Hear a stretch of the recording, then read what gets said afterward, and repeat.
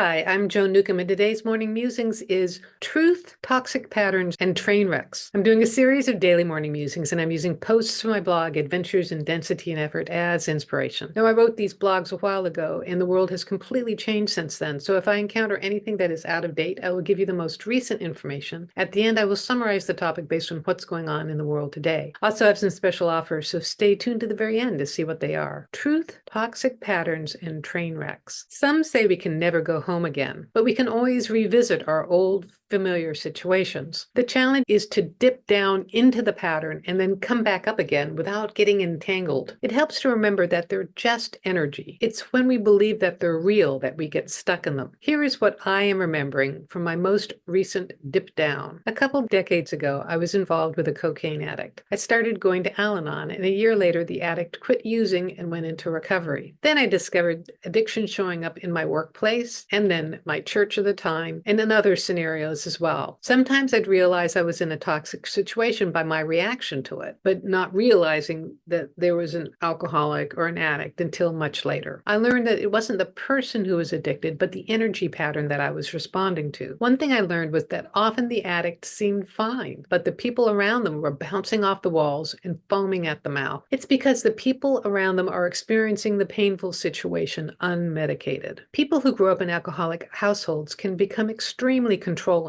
because they're trying to make their environment safe, having grown up in out-of-control homes. Or people who grow up in addictive households will act like alcoholics without actually being chemically addicted themselves. It's different when you come from an abusive background. You can have a parent who's an alcoholic and yet know that they love you. Your parent or partner can be an addict, but they don't verbally or physically attack you. It still messes with your head because their focus is going towards their drug of choice. You're not receiving their full attention, or you feel crazy from their lies. Abusers are a different story. They make you feel like it's your fault they're abusing you. Alcoholics can at least hit bottom and recover and make amends. Abusers hardly ever recover. They feel entitled to treat their partners and children the way they do. When an abuser leaves, they set up a preemptive strike. They make themselves the victim. It's especially crazy-making when they go on to reinvent themselves as the most wonderful and loving person in the world, and that new world believes them. The abuse continues by treating the previous family members with contempt as second-class citizens, and the new partner unwittingly enables the abuser by believing their version of history. It's different when an alcoholic recovers and goes on to live a life of sobriety. They can become the most wonderful and loving person in the world, but they acknowledge their past and have made amends. And admittedly, there are alcoholics that haven't made amends, so their new life isn't emotionally or mentally clean and sober. How the hell do you recover from all of that? It takes a lot of light. Distance helps. Detachment helps. Recovery helps. Therapy helps. Spiritual practice helps. Speaking your truth and standing in your own light. I've been out of active alcoholic patterns for a lot of years. I've been away from abusers and narcissists while we're at it for years as well. I've been focusing on my own path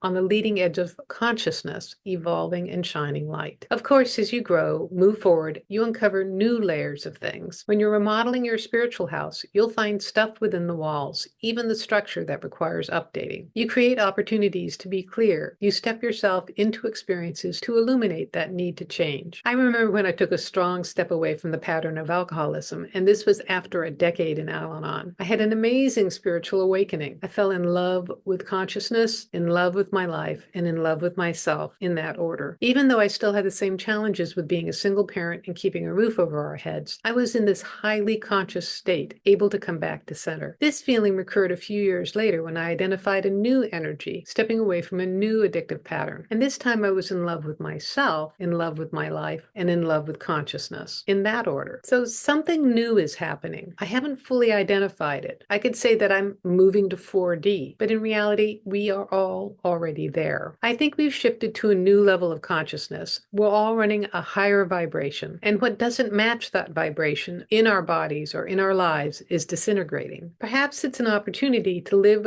more in integrity with our values. As we're at this higher vibration, we may dip down into older patterns, but it's not useful to wrestle with them. Shine light on them. Speak your truth and step back. Be in your own authority and seniority. Wave bye-bye to the chunks of patterns as they fall away. Stand in your own light. It feels better there anyway. And if you've had any experiences like this or any insights, please leave me a comment below. I love to read your comments. And so I will have to say I'm reflecting on how the United States and indirectly the world went through 4 years of being presided over by a narcissist. And then we had a wonderful 4 years of recovering, being presided over by the exact opposite. But now we are facing, coming up in the next couple months, that narcissist coming in again. And a lot of people are having some post-traumatic stress reactions. I will have to say that this is a wonderful opportunity for us to stay in integrity with our values and learn how to detach from toxic people. Those of us who've had narcissistic or abusive parents or partners will have the strongest reactions here, I believe. But we've learned. The thing to acknowledge is that we've learned, we've come through, we've survived, we are thriving. There is a way to keep moving forward. And it is an opportunity for us to be at our highest spiritual perception, operate as consciousness, and use all our tools in our tool belt to be neutral, non-resistant, and non-reactive, and going forward centered in our own consciousness and our own power as consciousness. The light comes back on right at that moment. My lamp had stopped working a while ago.